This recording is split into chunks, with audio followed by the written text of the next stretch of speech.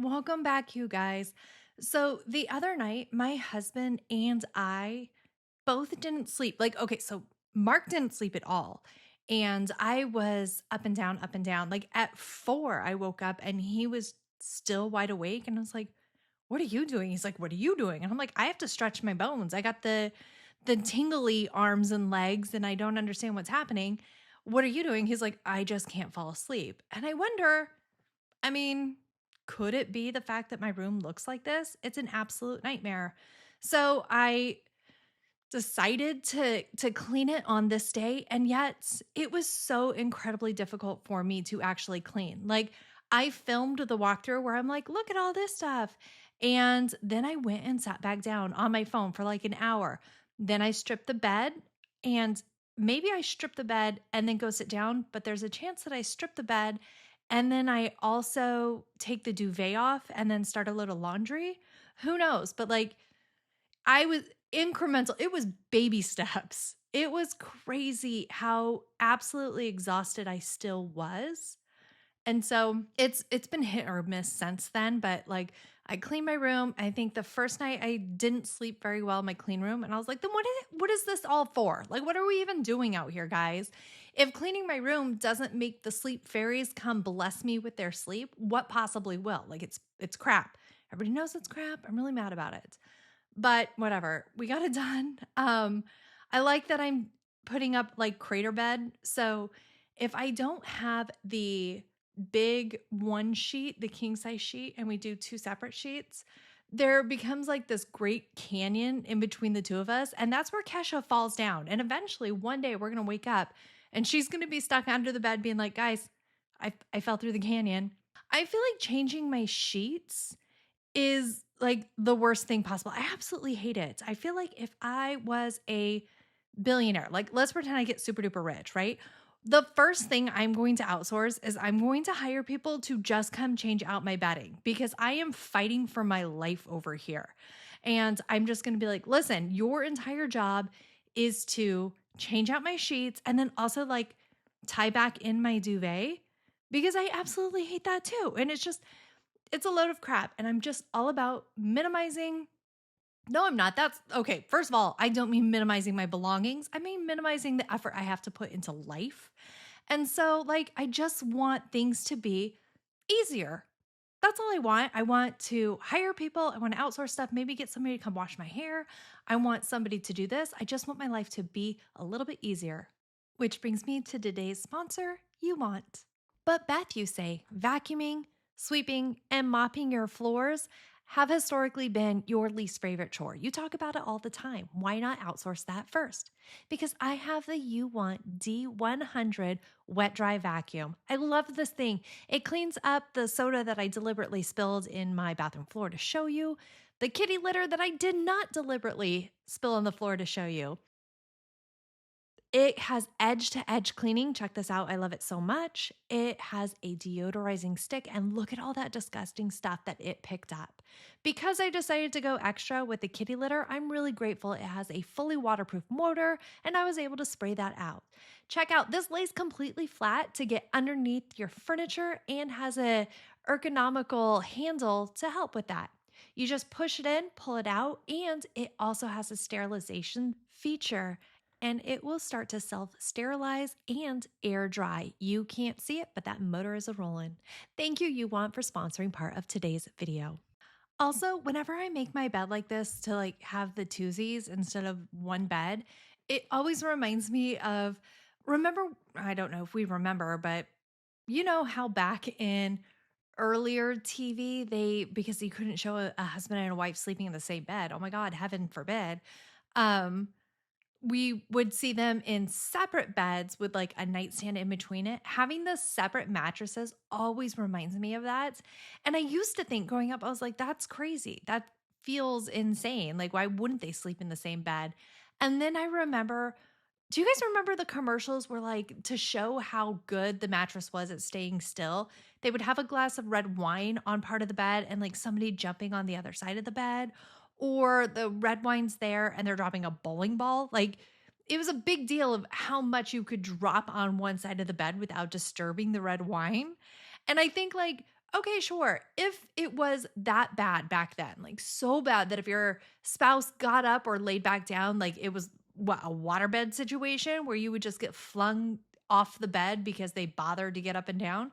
Like, yeah, I would sleep in a separate bed. I would 100% sleep in a separate bed. I protect my sleep so hard right now that sometimes when Mark snores and I, punch him and then I'm like, "No, I didn't punch you, baby. What are you talking about?" But like, you just have to jostle them a little bit until they wake up and then hopefully you fall asleep before they start snoring again. That's the goal. I would move into a different room.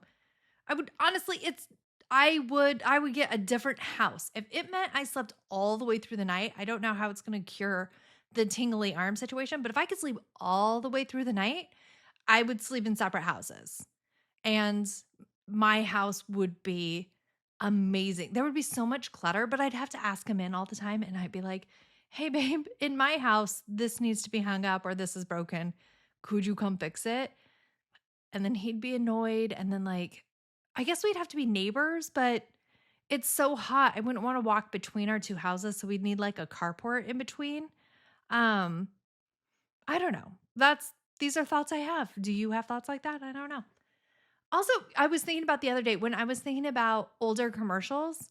I was thinking about, do you guys remember? I need a cash annuity. No, wait, I have a cash annuity and I need cash now.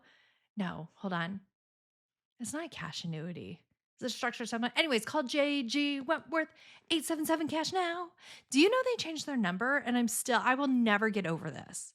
Stop changing things, people. I will never get past it. Like, even now, if I had a structured settlement or a annuity and I needed cash now, I would have been like, oh, what's JG Wentworth up to these days? But they changed their number and the jingle. And it's stupid. Did somebody like not renew? Do you have to like re-up your 800 number access and somebody forgot and they lost it? I don't know. Anyways, these are things I think about all of the time. And now I'm not going to get that jingle out of my head. And I'm not sorry to the rest of you guys who are going to be wandering around singing called JG Wentworth 877 Cash Now. I love that so much. Okay, so those commercials were on, and then like heavy on the Dianetics. Do you guys remember the Dianetics commercials, which was the Scientology's cult book, the starting book that to rule them all?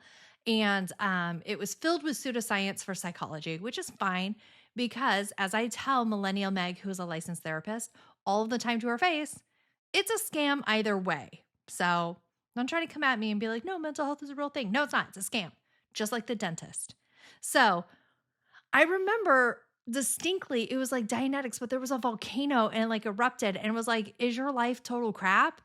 Here, Dianetics. Like, if you read this book, you'll be glorious." And it just never said, plus we're Scientology and we're a cult. And so I don't know. I think about that. What else do I think about a lot? The head on apply directly to head for the painkillers. That one was so loud. That commercial was 30% louder than anything else that has ever happened to me in my entire life, to include explosions. If you're near a bomb and it explodes, be like, at least it's not as loud as the head on applied directly to head, forehead, probably. I feel like you'd really want that to be a distinction, especially if there's any sort of mint situation. Anyways, pivot. Oh my God, pivot. It has to, I'll Google it later. It has to say forehead because okay, pivot to putting tingly things where it should not go.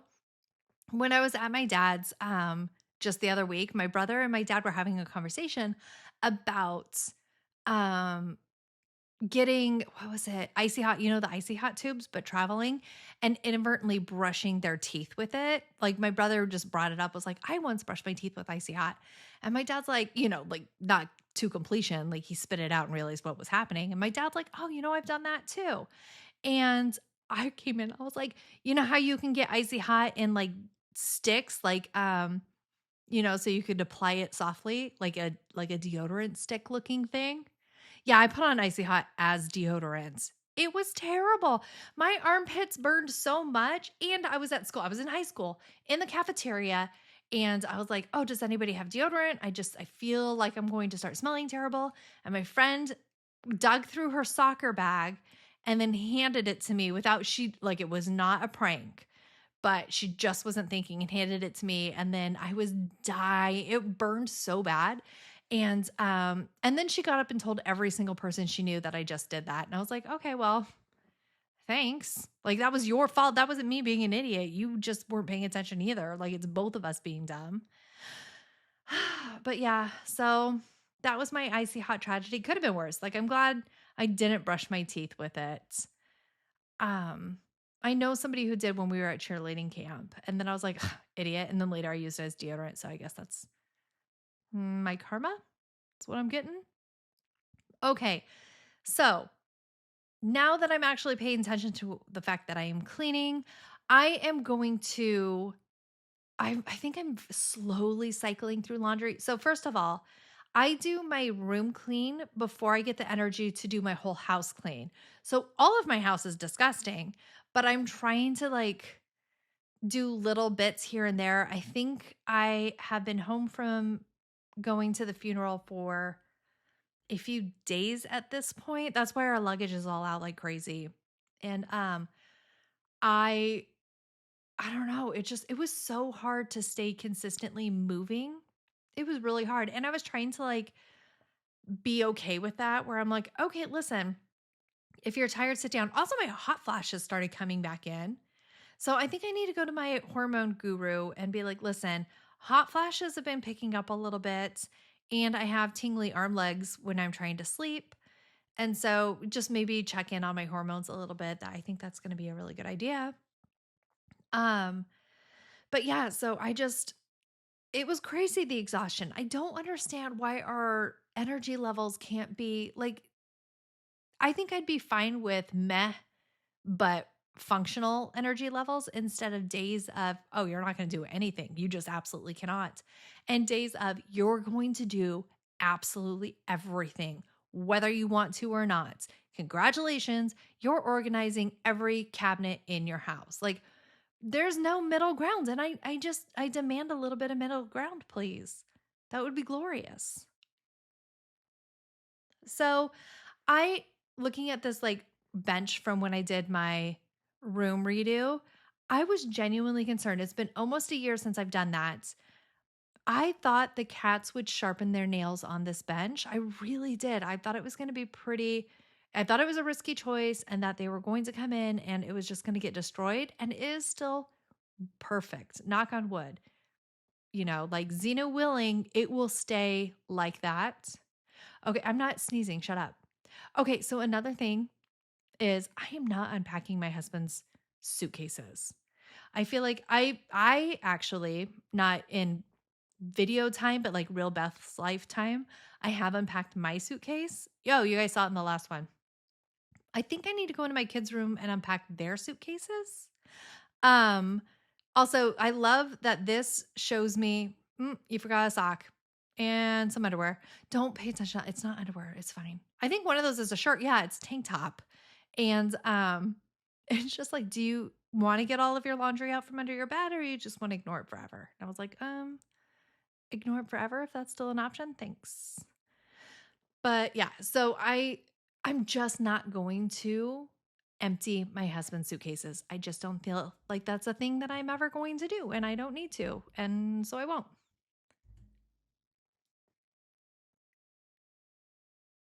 And I'm very glad that there's very minimal effort and I will be done because I just wanted this whole thing to be done.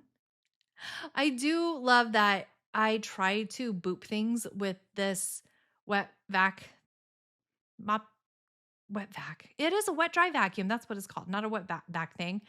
And because the roller's exposed, I don't get to boot my clothes. It just pulls it back out and it's like, ta-da, 2 extra socks. Enjoy. But we are just about finished. And here we go. Final result. My room looks great. Didn't help me sleep any better. Slept terrible, then slept great, then slept terrible, then slept great. So, at least I'm sleeping a little bit.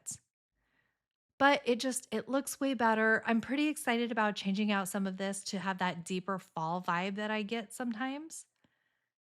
But yeah, thank you so much for spending time with me today. I love you guys. Bye.